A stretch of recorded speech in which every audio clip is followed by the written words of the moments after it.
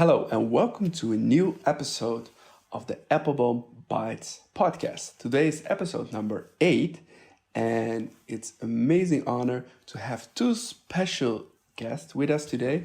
One of the guests is our co-host that will be here with us for a few weeks. It's David Parker AKA Figboot on Pens. Welcome, David. Hey there. Hello, it's great to have you here.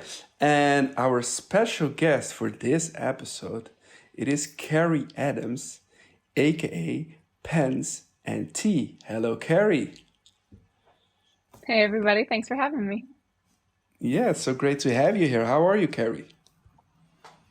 I'm well, thank you very much. When I got the invitation to join you guys, I said absolutely. I'm super excited. I've been watching a few of these on YouTube as well, and the pen check section is definitely my favorite because it's not only curious to see what everybody has like inked up, but man, oh man, my wallet cringes every time I see it because I just want to buy all their pens. It's a dangerous part of the show. I know it. All right. Well, before we start with the pen check, David, I have a quick question for you. So from Kerry, it's very well known that she likes tea. But do you like coffee or tea more? You know what? I have to say neither. I am not a coffee person. I just really am not into coffee. I'm just really not that much into tea. And I would say if I had to drink one of the two, I would choose tea over coffee. I only like coffee if you put enough stuff in it so that it doesn't taste like coffee. But teas are nice, and I will have them if they're offered to me, but I don't necessarily make them on my own. But I guess maybe some flavored water or some soda. I'm trying to drink less soda and more water. I kind of lean towards those right now. No offense to coffee and tea, though. I'll forgive you. It's okay. Kerry, maybe you can advise David with some teas. You know, you can help him out after the show. Like, hey, you should try that specific tea. All right, let's start the show. David, would you like to start with your pen check? The pen check. Sure. What I have here today is one of the latest releases from Leonardo, which is the Momento Zero 2.0. Oh, wow. And the one I have here is the Sea Anemone. And I know the lighting in here isn't fantastic, but it's a nice kind of gold and yellow and purple and black. It's just a nice variation of color there. And what is the main difference between this and the 1.0 is that while this is a piston filler, this is a Leonardo Momento Zero Grande with a nice ink window in there. So this is a specific ink window that they haven't done previously. So it's a nice combination. It comes with a stainless steel nib and is fairly reasonably priced as well. So that it doesn't necessarily break the bank when it comes to a Momento Zero Grande model. So I'm sure you'll probably be carrying these fairly soon, Joost, if you don't already. Yeah, we have them. Somewhat fairly new. We have them. No, we have them. Yeah, and they come in maybe four different varieties, four different like colors. that? Yes, and Four. The ink window. I'm enjoying this one so far. The ink window, it's a really nice feature because with the previous edition, it was already like a big guess if you would run out of ink or not. And there was another reason to carry an extra fountain pen with you, but this ink window, this really helps. So yeah, we're really happy with it. Kerry, what fountain pen do you carry with you today? So it's your time for your pen check. I mean, I definitely want to buy one of those Leonardos, by the way. I have a couple Grandes and none of them have an ink window, and that's my biggest beef with them. So very, very happy about it. But I actually have an older pen with me. This is the Aurora 365 from 2015. I cannot recall what it actually was like called back then, but it's sort of like a deep brown tortoiseshell. But what I like about this one is that I actually bought this one secondhand, and much like the Grande, it does have an ink window as well. But this one is actually a different nib than what came on it. It actually is one of their older style Aurora nibs that have the longer tines, Yeah. which basically means that it's a little bit more responsive when you're writing with it. It gives you a little bit more bounce and just slightly more flex. It's not a flex writer or anything like that, but it's not quite as stiff as what Aurora nibs are typically known for. Hmm. So when I saw this one up for sale a few years ago, I had to grab it, and it fits perfectly in my hand. And as you can see, it's currently inked up, but I need to refill it What ink with is in what it? may or may not become my favorite ink. So I have it with a uh, ginger chicken is what it's called. It's from Dominant Hmm. Industry. It's an Oh, exclusive nice. from Wonder Pens located in Toronto. And they named it Ginger Chicken because their tabby cat is Ginger and the name is Chicken, and it's inspired after their cat. It's very similar to Mont Blanc James Purdy and Sons single malts Hmm. if you deepen the color a little bit. Oh, So nice. this is what I currently have, and it's never leaving my side.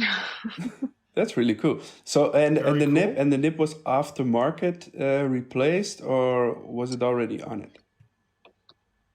So this is yeah. So this one, the nib did not come with the original body when it was sold. Yeah, This one, the user replaced. It is an Aurora nib and yeah. housing as well with their ebonite feed, but it's their older style that they used to make long before they have the ones now. They're Hmm. just it's basically called like if you look online through Reddit, it's just their longer tines. Yeah. And it's 14 karat instead of 18 karat, which typically comes on a 365 model. Hmm. But in my opinion, this one writes a little bit better just because it has a little bit more bounce, a little bit more responsiveness than their standard 18 karat nibs, which I still have a bunch of because I'm obsessed with the Optima. That's pretty cool. Great pen check, Carrie. So let's move Thank forward you. to my pen check. I carry a very special pen with me today. It is the Pelican Toledo. It's the Mm. M700 Toledo, actually.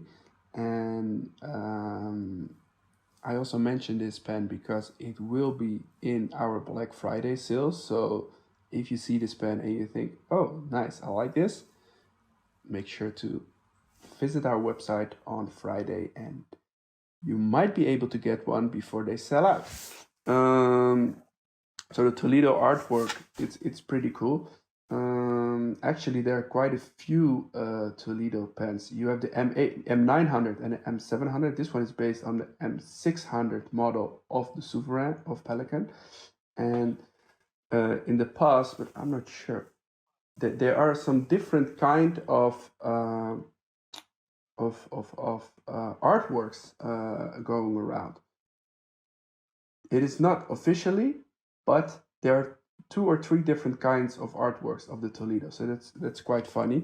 We only have the latest one, but vintage artworks are quite popular. So yes, and of course this one also have a beautiful ink window, and it's just like this little bird is pretty cool. I love it. Very nice. Yes, thank Nice. you. Ink windows all around. Um, yeah, there are a lot of ink windows on this show. That's pretty cool. Um, is that one of the most important features on a fountain pen when you decide to get one? Or what is the most important feature on a fountain pen? I mean, it's got to write well, but I will say having an ink window is becoming increasingly more important for me. As I found, like, as I've Hmm. been paring down my collection, pens that don't have an ink window tend to either get used less, or I do tend Hmm. to rehome it.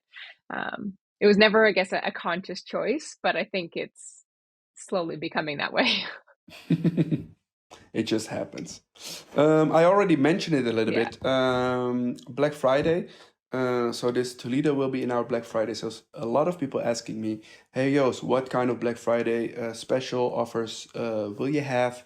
Well, we will do a similar thing as last year. So I walked around our store over the weekend and today, and to check what pens do we have here in our store that I wouldn't say get rid of, but find a new home for, because I was looking at it for too long. And after you look at a certain product for too long, you get tired of it. So I wrote down in my little book a lot of pens actually, and they will all be on our not fountain pen day, Black Friday offers. So make sure, if you don't want to miss them, to subscribe to our newsletter and check out our socials, because once they go online, most of them are just 1 or 2 pieces. So people will buy them and then they're gone, and yeah, that would be a pity. So that's what we will do. Now, Joost. Yeah. Now, I know Canadian Thanksgiving was a while back, and the U.S. Thanksgiving is coming up. Do they, in the Netherlands, is there something that's somewhat equivalent to Thanksgiving? That's a really good question, David. So Black Friday is the day after Thanksgiving, and Thanksgiving is on Thursday in the US. In Canada, it was a few weeks ago, I think, right, Kerry? Yeah, it was towards the Yeah. beginning of October. Ours is quite spaced out compared to the States, but everyone thinks it's weird. It's fine. It's like the Hanukkah. It's like the Hanukkah of Thanksgiving. It's just spaced out a little bit more. Yeah, but that's good. Yeah, I like and that in the it's in Netherlands, the beginning of October. Yeah, it's good. In the Netherlands, we don't really have Thanksgiving, but what we do have, it's called Sinterklaas.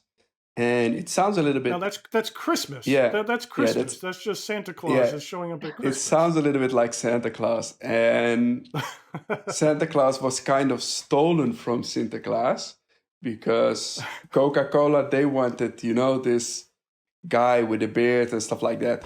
So they stole this character from the Netherlands. It's quite a controversial character, because you also have some help people, and they were blackface, and that was kind of controversial.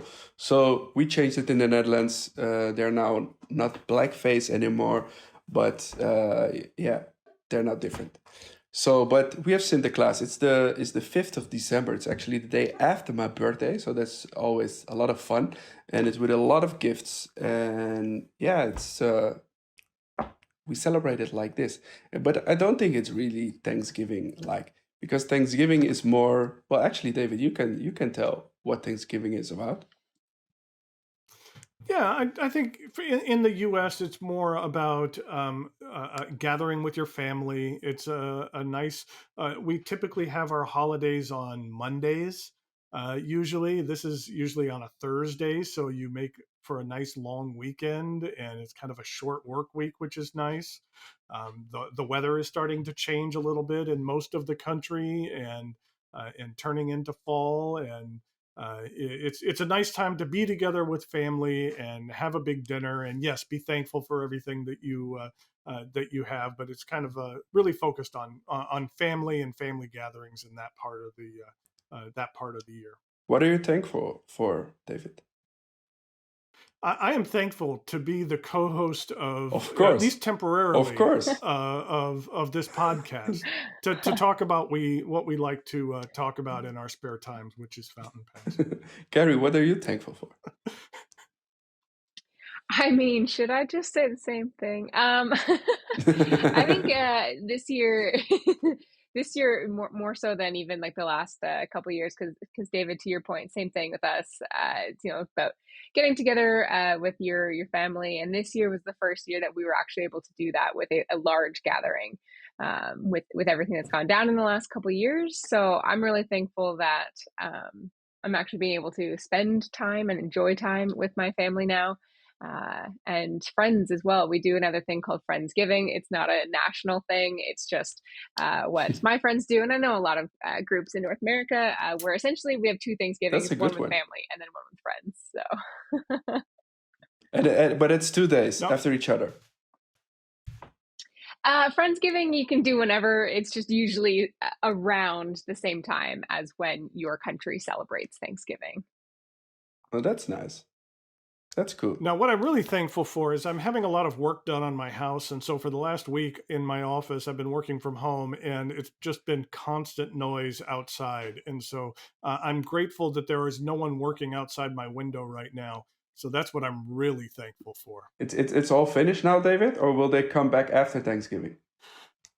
I have two contractors showing up tomorrow and then one on Wednesdays. And then that'll be it. So hopefully that will be the end of the contractors parading inside and outside the house, and then I'll be glad that we move on to something else, and hopefully nothing breaks. That's nice. That's really cool.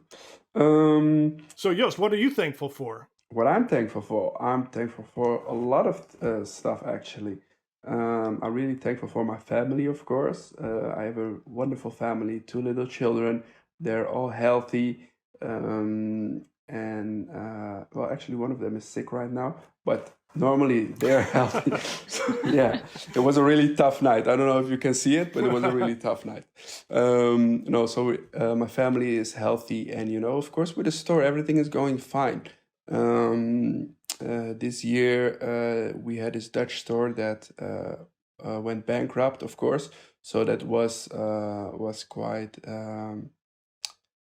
an eye opener, that it can also go the wrong way, and it gave me, I don't know how to say this, but it gave me an extra point of view. Like, okay, I still have to work every day really hard to make this a success, because otherwise it will fail anyway.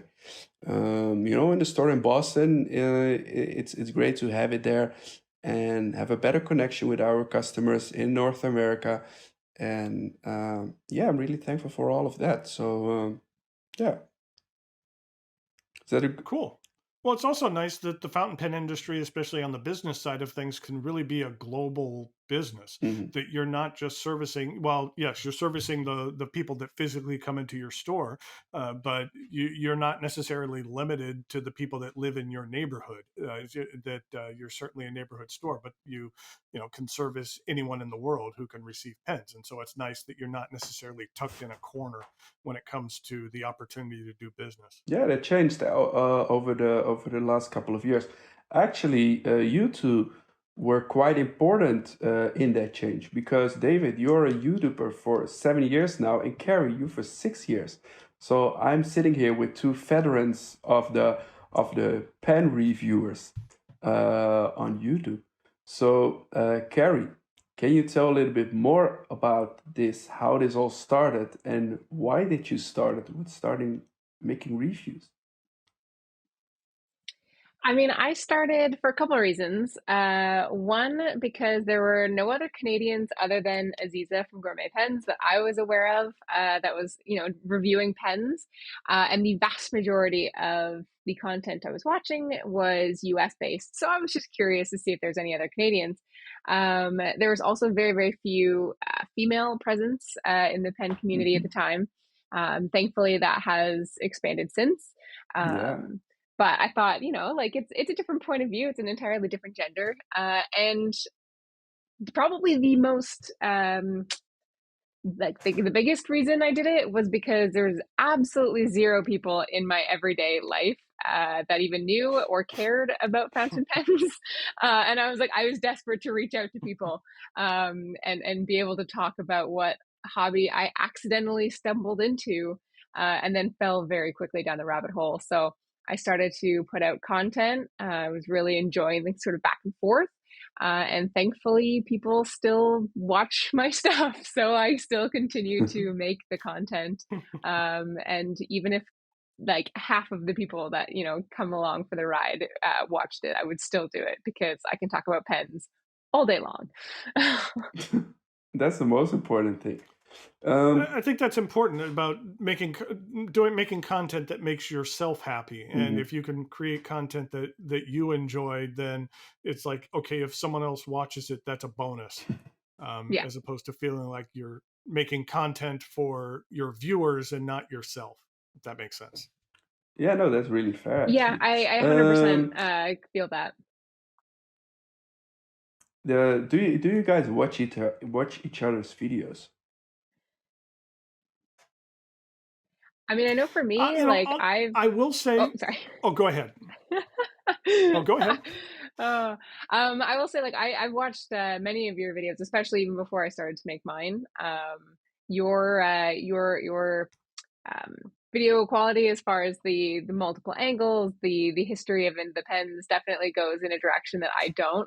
So when I want that information, I definitely check out your content for the what I call the nitty gritty details. Um, and yeah, your production quality is top notch. Well, thanks.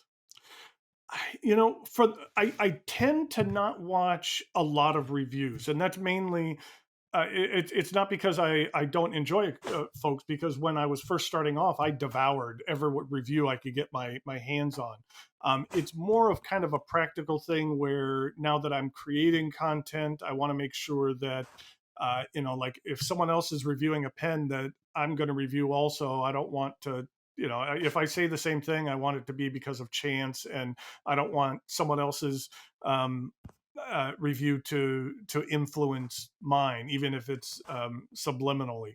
So I tend to watch less reviews now that I've been doing this. And by no means does that not mean that there's not quality content out there. It's just, I'm spending a lot of time making the reviews. And when I have kind of my leisure time, as far as away from creating reviews, I tend to turn that part off and focus on other things, as opposed to having it be 100% fountain pens all the time. Because when What's I wrong got with that? started, well, no, there's not. But I try to be balanced. I try to be as balanced as possible and enjoy lots of things. Um, when I first started off, I was like debating between doing like a blog or YouTube channel. I just wanted maybe just like another outlet, Mhm. and it would almost be just like an excuse to use pens more. And I remember writing down like all the pros and cons as far as creating a channel, and I think I decided that I wasn't going to do it. It was just, it was going to be too much of a pain, and I can't remember all of the negatives or the positives. And I'm generally a positive person. David, have a And really interesting question for you, because what's that? Carry her YouTube name, Kerry, Pensity, that makes sense. But Yes. Figboot, what is Figboot? You know what? I'll tell you. Let me finish this really quick, Okay. and then I'll go into what Figboot is. Okay. I was saying that Carrie, I was do you know what deciding Figboot not. is? Do you know what it is? I don't. Okay. Okay. And I decided I wasn't going to do them. And then that very next week, our friend Mr. Brown came out with a video, and the name of the video was literally titled, "Why Aren't You Doing Reviews?" And I remember watching that and going, okay, fine. I'll do them. I'll do them, Steven. I'll do it. And so then that's when I just basically I was on the fence, and he came out with the video saying, "Why aren't you doing reviews?" And I decided to do it. And I recall when I first started, I was doing them once a week, and over the first month, I think I had like 25 views over 4 videos. Nice. And but I was like thankful to just and then I got like 1 subscriber, and that was fantastic. Someone like liked my stuff enough to subscribe, and so that was exciting. But I always kind of tell people that, you know what, don't worry when you start off. That's okay. You're going to stink when you first start off. It's going to be terrible, and so use that time when you're terrible and learning to really gain your voice and figure out what you're doing. And then if you create good content, then people will watch. But use those early videos to figure out what it is you're doing and find your voice. Yeah. Okay, the Figboot name. I actually just answered this in an FAQ video I just put out, but there are a series of humor books by a Canadian by the name of Graham Romeo, who has a number of humor books and I very much enjoy his humor. And he's an author and illustrator, and he has 3 books that are a Bigfoot trilogy. One is that are autobiographies of Bigfoot. One is called In Me Own Words. There's I Not Dead and Me Write Book, and they are very humorous. And it's one of those things that either you will read every page and just be laughing out loud, or saying this is the silliest thing in the world. Like, there's a whole page about how he tried out for Sesame Street and he didn't get the job, and he got mad at this green guy in the lobby and threw him up against a wall, and he became paralyzed, unfortunately. And so they put him in a trash can, and Sesame Street had to hire him, or else they were going to face a lawsuit. And that was what turned into Oscar the Grouch. That's like the level of humor in these books. So it's very funny. I really enjoyed it. So one of the pages of the book has Bigfoot's online dating profile. Of course, he has to have his online dating profile. And his username was Figboot _2001 was his username for the online dating app he was using. And so long before I started doing videos, I used that name as like a gamer tag, or, when you have to come up with some name online, it's usually not taken. Other than the fact that there is, in the old Strawberry Shortcake cartoons, there is a little purple dinosaur called Figboot. But other than that, it's really not used. And but so now it's extremely popular. I can imagine, everybody's using Figboot. if you want to start up Tinder or whatever, you cannot take Figboot anymore. Yeah. It's like you have Figboot 1, 2, 3, 4, 5 till 100. And and then when I came time to make the channel, I wanted it to be like a unique name, so it wasn't just something generic.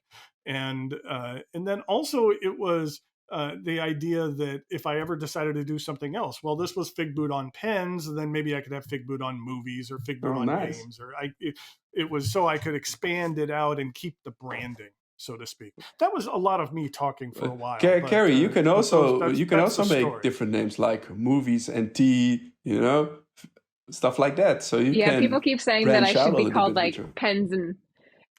Yeah, people keep saying I should be called like pens and hot drinks at this point, because I've actually kind of like taken a step back of tea and like brought in coffee, because I love coffee so much. But yeah, I never even thought of that. That's clever. Yeah.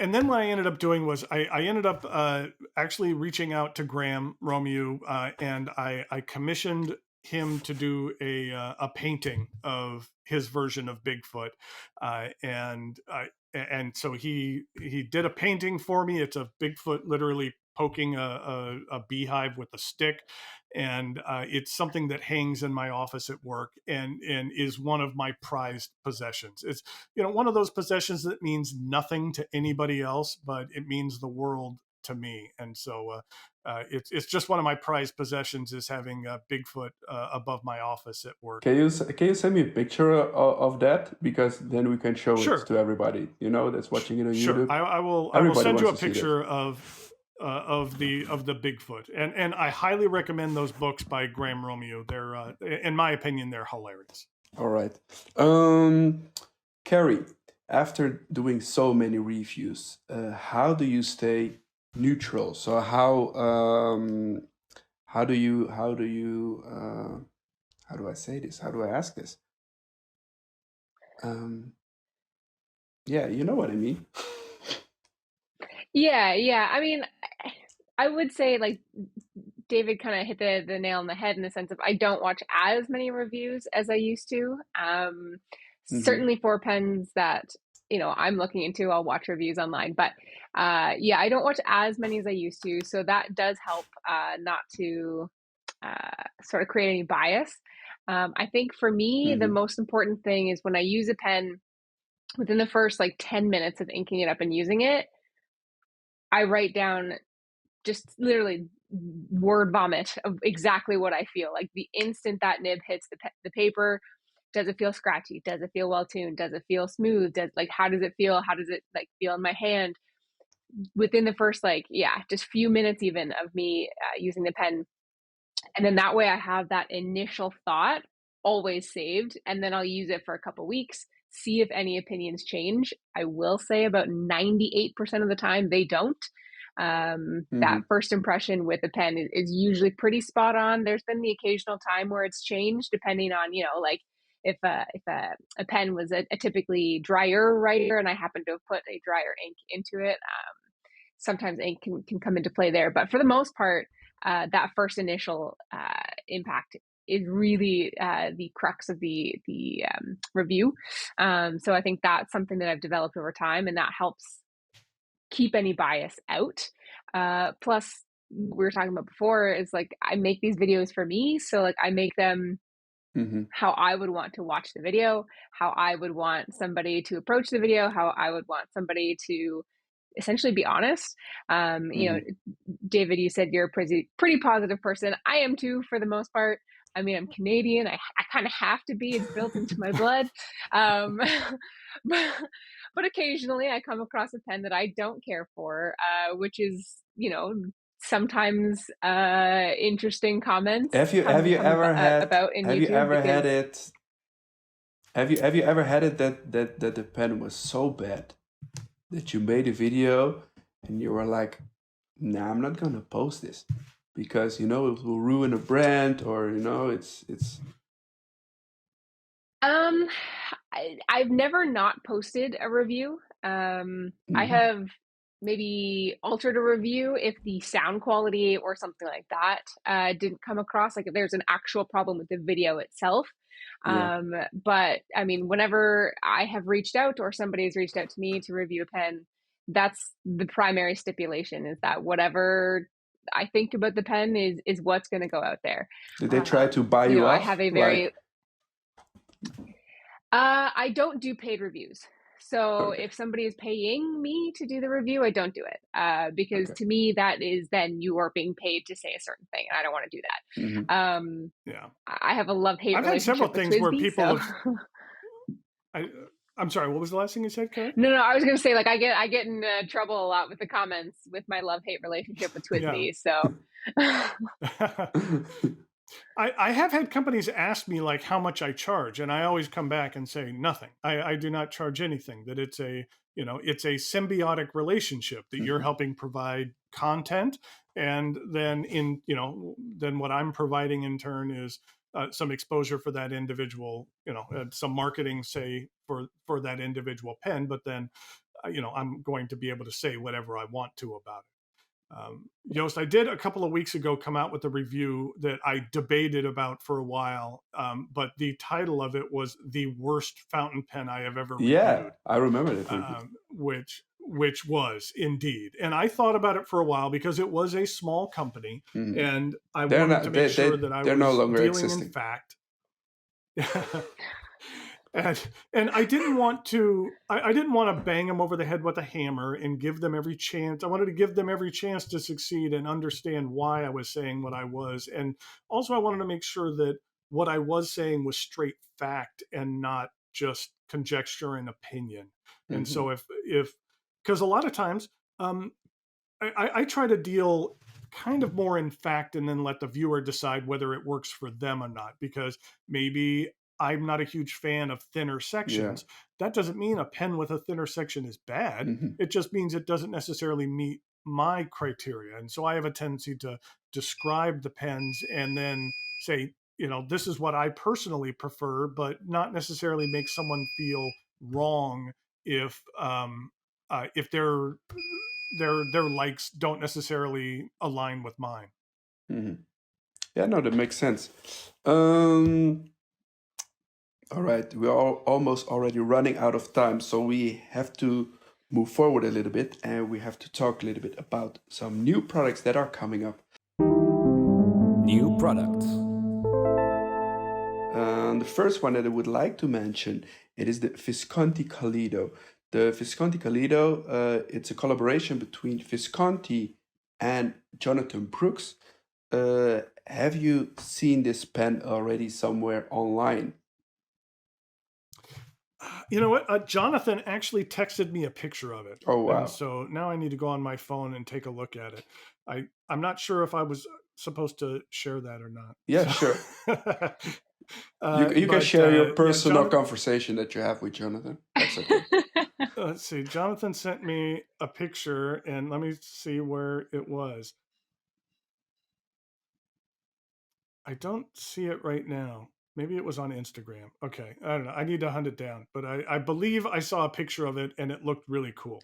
Yeah, I think the That's the, the all. That's all. materials. That's what I remember. Yeah, I About it. think the materials that Jonathan is using, it's always cool. So I think this is the first collaboration between Visconti and Jonathan. So that's kind of new. Oh, no, actually, he had one other one, but this is Yeah? the material that's a little bit more translucent, Yeah. and it's a little bit unlike other materials that you've seen from Jonathan. That his most of his materials are a little bit more solid, and that this one was much more kind of transparent and very similar to a lot of the kind of more called like crystal Homo sapiens that you've seen that have a little bit more wispy color to them and translucence to it. It was something along those lines. Yeah. No, I saw it Now and, I'm and trying I to find thought a it was picture pretty of it. cool. I'm not sure actually if it is a US exclusive or it's available worldwide. Anyway, we will have it because we have the store in Boston, so we will have it for sure. So if you are looking for it, we can help you with it. Another introduction that I would like to mention, it is the Esterbrook GR Bellezza. I just got this email in with all the information. It will launch on Wednesday, and as you can imagine, this episode is not recorded on Wednesday, but a few days before. But I will read this email out loud. With colder days approaching here, we are dreaming of paradise. What better place to set our eyes on the Brazil? With its rich history, its beautiful coastline, and a culture dedicated to living life to the fullest. It's definitely somewhere we have been inspired by lately. With this in mind, we are thrilled to announce our newest limited time release, the GR Bellezza, meaning beauty. What better name for this vibrant addition to our GR collection? Made from diamond cast, this pen has a luxury sparkle to it that lives up to its name. New attention has been given to the GR line, which is a great pen option to those who are looking for a vintage-inspired, travel-friendly pen that's small but mighty. So yeah, on the pictures, it looks pretty cool. I have to see it in life, especially with the diamond cast and the sparkles. It's blue greenish, so that's always a great color combination. And yeah, I'm really looking forward to it. Another pen that recently came in our store actually this week, but we announced already a few weeks ago, but I will show it here anyway. It is this one. It's the Pelican Appetite. Pelican always do this ink of the year at the beginning of the year, mostly in February, somewhere like there. And at that point, everybody is going to debate if the matching fountain pen will have silver or gold color trims. And on the Appetite, they did the silver color trim. And the color that they created, it is pretty cool. It's semi-translucent. It is an amazing kind of green-blue color. I have some green pens here with me to show a little bit how green it is, because on the screen, it's always interesting to see. I have here the nice. Lamy Safari, the Pelican M605 green white, the Pelican Appetite, and the forest green of Pilot. Here you go. So yeah, we were really happy that it came in, and we will start shipping all the orders as soon as everything comes in. Well, that's about it for our new products. David, is there anything that you would like to ask Kerry before we are ending the show?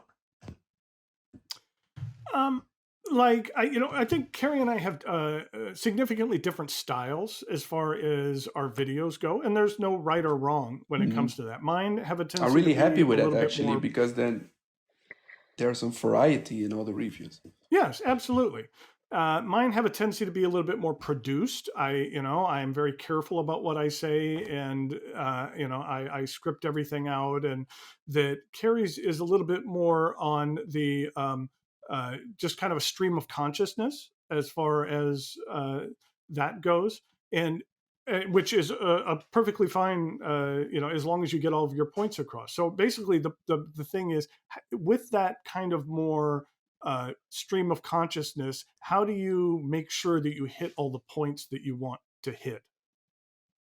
That's a good one. I mean, I think it's come with experience for sure. I mean, I've been doing it for a little while now, because I used to actually script out my videos like back in like 2016, like the first few videos I ever put out. I actually had like written, pros, cons, prices, details, all that kind of stuff. And I just found that I came across too much like a robot. I am very more conversational based. To me, it doesn't matter if I don't come across as the most, like, I don't want to say like scripted, but I don't necessarily polished. care if, yeah, like, Yeah. to me, it's okay to have some flaws as a reviewer. It also means that, when I'm making the videos, I tend to enjoy them a little bit more than I did when I was making them a little bit more produced. While I think that there's certainly obviously a time and a place, because dang, like I said, your quality is top notch. But for me, I like that conversation style. To Joost's point, like that's the reason why I whole started making the videos anyways, was to actually like have conversations with people. For me, making the points across, I will say, like, I do edit some things so that I can kind of like, if I do forget a chunk, I'll be like, oh shoot, and then I'll like turn the camera back on, insert a little chunk here. But for the most part, I mean, my videos are about like 10 to 15 minutes of speaking about a pen, and just having it in my hand. Like, I'll be able to see it, I'll be holding it, I'll be doing a writing sample. So typically, every point that I have just kind of flows out. If I, like I said, if I do forget a point, I'll insert it. And when I use the pen for the very first time, I do stream of consciousness write down my exact thoughts. So it kind of bakes in the noodle. What I hate is, I call it the text of shame. When you've totally forgotten something, then you have to put a little text on the bottom of the screen to correct a mistake or to add something. That's the text of shame, meaning that, oh, I screwed up so bad that there's no way for me to fix this other than throwing text on the screen. I No, certainly but have as done long as the that. information It's is there. usually, yeah, for me, it's usually if I forget to write a price, especially because for me, like Yeah. converting between American and Canadian, sometimes I'll forget one of those. I have had to do it when I've mispronounced a name. But for the most part, it's converting the American dollars to US dollars, or, even I've had to do a few euros and things like that. So that's usually, if I got to put a When are text of you shame, getting that's when are you usually it. getting the king on your money? When are you getting the king on your money? How long? What is the transition period for that? I'm not aware Oh, of how long it takes. I mean, there's been zero rumblings of taking the queen off of our money since she passed. It's entirely possible that we'll have new bills coming out. But I mean, most people make fun of our money as funny money anyways, because it's all colorful and plastic. But nobody uses cash these days, so it's fine. That would be the next Well, when you step. have like toonies and loonies and moonies, or I forgot all the names of them. So you got Toonies and some loonies, silly that's names. really, So yeah, that's the main thing.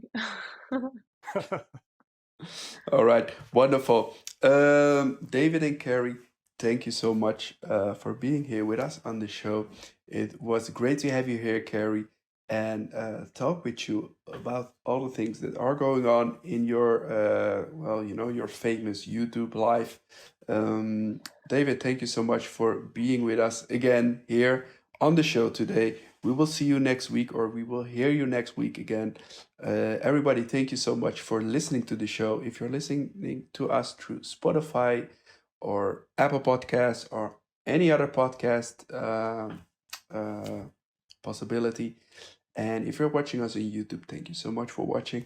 Make sure to subscribe to our YouTube channel so you won't miss out on an episode. And yeah, well, guys, thank you so much again. And we see you next week. Bye-bye. Thank you for having me. Bye, guys.